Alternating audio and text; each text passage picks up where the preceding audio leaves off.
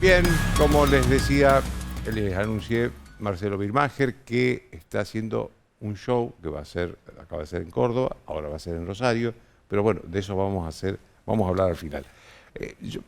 Marcelo, vos que pensás hace mucho este país, ¿cómo estás viendo esto que pasó en Ramos Mejía? ¿Qué está pasando en Ramos Mejía, donde la gente multitudinariamente salió en protesta, hubo enfrentamientos con la policía? En algún momento se escuchó el que se vayan todos, cosa que es preocupante, pero bueno, me parece que hay un hartazgo general, no solo ya por la inseguridad, si bien es cierto que esto lo disparó la muerte lamentable de un hombre joven con hijos chicos, que lo mataron de dos delincuentes el sábado.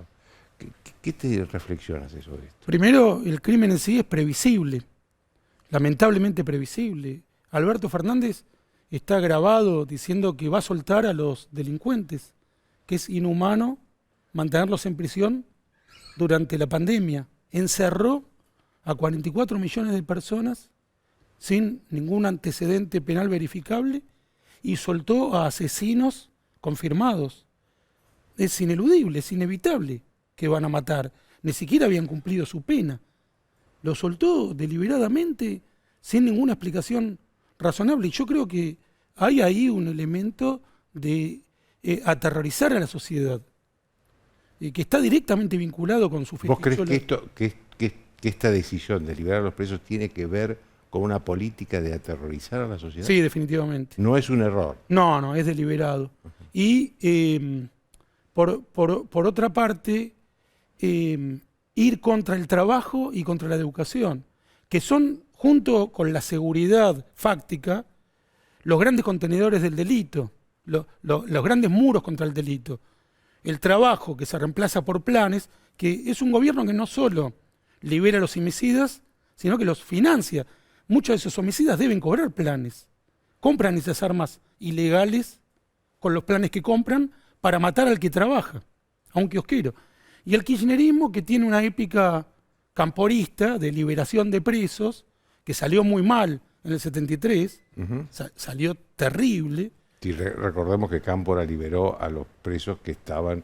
Presos políticos en esa ocasión, pero muchos de ellos con las manos tintas en sangre. Sí, eran gente con sangre de civiles. Eran terroristas que no hubo una discriminación de quién había luchado contra el gobierno de Lanús y de quién había matado a un empresario o robado un banco, que así se inició la guerrilla. No hubo juicios que delimitaran quiénes eran asesinos y quiénes habían sido reprimidos de manera ilegítima. Pero el delincuente homicida, para el kirchnerismo, es el nuevo revolucionario. A falta de montoneros y de arpeanos, el sujeto revolucionario es el homicida. Y los que trabajamos somos los pequeños burgueses opresores.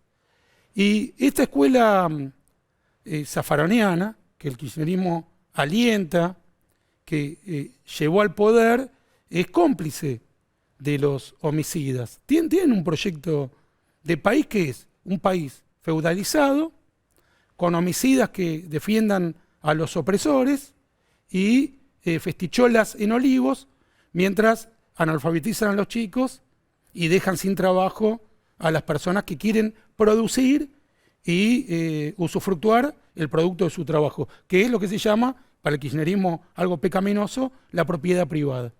Ese kiosquero trabajaba, vendía sus mercancías a alguien que le daba dinero a cambio. Eso el kirchnerismo lo considera pecaminoso. Se reemplaza por la dádiva. Decime, vos hablabas recién de la escuela zafaroniana. ¿Crees que la influencia del juez Zaffaroni en la justicia, del ex juez Zaffaroni, es tan importante?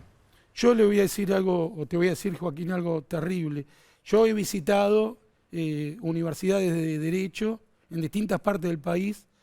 No voy a mencionar puntualmente, pero he ido a dar charlas de literatura y derecho, literatura y justicia, y me he encontrado con muchísimos alumnos que repiten textuales la palabra de Zaffaroni, que encerrar a homicidas es punitivo y que eso empeora las cosas, pero de un modo entelequico, no te explican por qué es peor. Ahí yo tengo una respuesta, por supuesto, imperfecta, neófita, pero clara. El enigma del mal no lo hemos logrado resolver los seres humanos. ¿Qué es el enigma del mal? Es cuando Caín mató a Abel y cuando este asesino mató al kiosquero.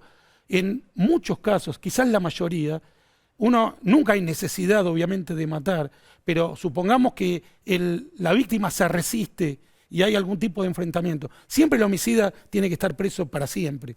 Pero hay un asesinato que es deliberado, independientemente de las circunstancias, que es el enigma del mal. Y frente al enigma del mal, no hemos encontrado otra solución hasta ahora que la fáctica, que es neutralizar al asesino, encerrarlo. Encerrarlo de por vida, por dos motivos. Uno, porque no hay ninguna garantía de rehabilitación. No tenemos ningún estudio serio que nos explique que los homicidas se rehabilitan. Ese es un punto. Y el otro, hay dos víctimas, o varias, en un homicidio. El que muere y sus parientes. Y es inaceptable, desde cualquier punto de vista, que haya un homicida en un boliche bailando, mientras el deudo, la madre o el padre, nunca más van a salir de la casa, porque la angustia es incurable. La angustia de un pariente asesinado es algo que no se supera jamás. No hay duelo. Mire, bueno, vos tenés tu... Yo le voy a decir y hermano, le voy a rogar hermano, que solo lo dejemos en esto. Muchas veces me preguntan, ¿qué aprendiste, qué experimentaste con la muerte de tu hermano que fue asesinado por 2 palestinos fundamentalistas islámicos? Nada, dolor, nada. No me mejoró en nada. Yo hablaba contra el fundamentalismo islámico mucho antes de que mataran a mi hermano. Mucho, había escrito decenas de artículos, un libro contra el fundamentalismo islámico antes de que mataran a mi hermano. ¿Qué me enseñó? Nada, nada, dolor. No me voy a recuperar nunca más. En el caso de Israel, el pueblo y las fuerzas de seguridad inmediatamente neutralizaron a los 2 asesinos y es el único alivio que tengo, que ya no existen, el único alivio. Ahora, un homicida, en mi opinión, no puede estar libre, porque el deudo nunca más va a estar libre de la pena. Pero en el caso de Alberto Fernández, lo dijo, está grabado, los liberó antes de cualquier tipo de cumplimiento de condena, ni hablar de rehabilitación, que ya de por sí es algo que habría que hablar con especialistas si esa rehabilitación existe. Decime, a ver, ¿a qué te lleva vos? Porque también está el tema de Cristina Kirchner cobrando 2,5 millones de... ¿Hay una casta política dividida de la sociedad o que vive en un microclima que no es el clima de la sociedad? Yo creo que ahí, cuando usted decía al principio, Joaquín, que se vayan todos, no existe eso. El poder vacío alguien lo ocupa. Así es. La frase que se vayan todos es una frase impulsada por la impotencia, no por la acción. La acción es ocupar poder y ejercerlo de manera benigna. Pero el vacío de poder no existe, no existió nunca, lo dice Kissinger, lo dicen todos los estrategas. El vacío de poder se ocupa. Y la casta política no existe en sí. Existen políticos que se convierten en casta, pero ejercer la política no es en sí una casta. Alfonsín, en mi opinión, no era parte de una casta política, es uno de los políticos que transformó este país. ¿En qué lo transformó? Que a diferencia de lo que quería Cristina Kirchner y Alberto Fernández, logró juzgar a los militares de Videla. Eso es una transformación radical, paradójicamente o repetitivamente, de la nación que dura hasta hoy. El peronismo no juzgaba a los asesinos, o los protegía o los dejaba impunes. Por ejemplo, el crimen de Seiza. No fueron juzgados ni la ultraderecha ni los montoneros. Murieron 13 personas, no hubo ninguna investigación. Gobernaba Perón, tenía el poder omnímodo en sus manos. Alfonsín es el primer presidente constitucional que juzga de manera decisiva y determinante los crímenes políticos, en este caso de la dictadura de Videla. Eso fue un turning point. ¿Eso es una casta política? No. A mí no me parece que, por ejemplo, Patricia Bullrich forme parte de una casta política. Creo que hizo una acción en seguridad también trascendente como fue descubrir, descifrar que la muerte de Maldonado no había sido un asesinato. Cuando el kirchnerismo estaba mintiendo. Mire qué interesante. A la dictadura de Videla, que había producido los miles de desaparecidos en Argentina, la querían dejar impune. Cristina Kirchner, Alberto Fernández, con Luder, la autoamnistía. Y Maldonado, que no solo no era un desaparecido, sino que ni siquiera un asesinado, lo querían inventar como desaparecido. Eso es el kirchnerismo. Es dejar libres a los delincuentes y convertir a los inocentes en culpables. Y ahí hay una política, y solo la política puede dar una respuesta que tiene que ponerle freno a esta casta kirchnerista, no de políticos, kirchnerista, que se ha convertido en una casta imperial. La festechola de Olivos es un claro ejemplo de un comportamiento de emperadores y emperatrices.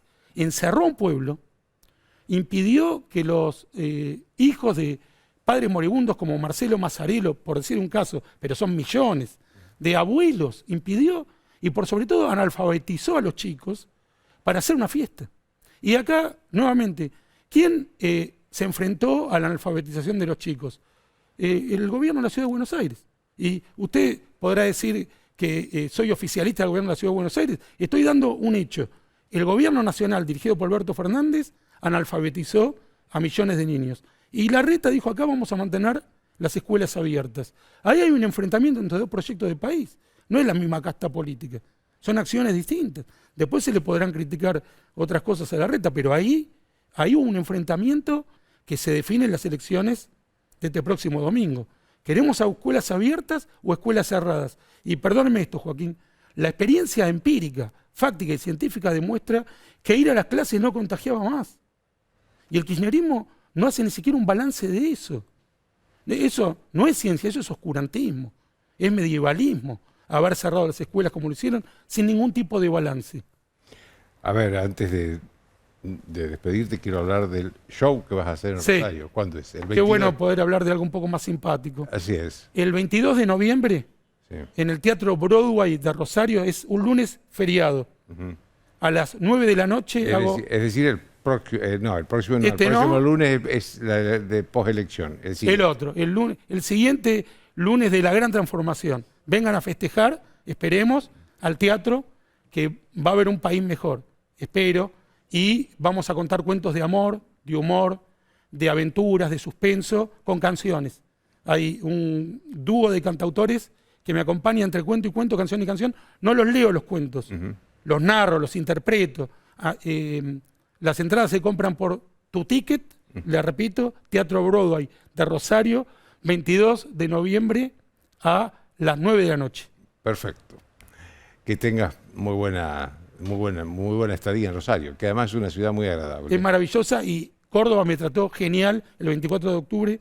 Llené el Teatro Ciudad de las Artes y espero que usted me venga acá a ver en Belgrano, que voy a estar, antes de irme a Rosario, en la sodería de Belgrano a las 17 horas. Así que está invitado, Juan. Perfecto. Gracias, Marcelo.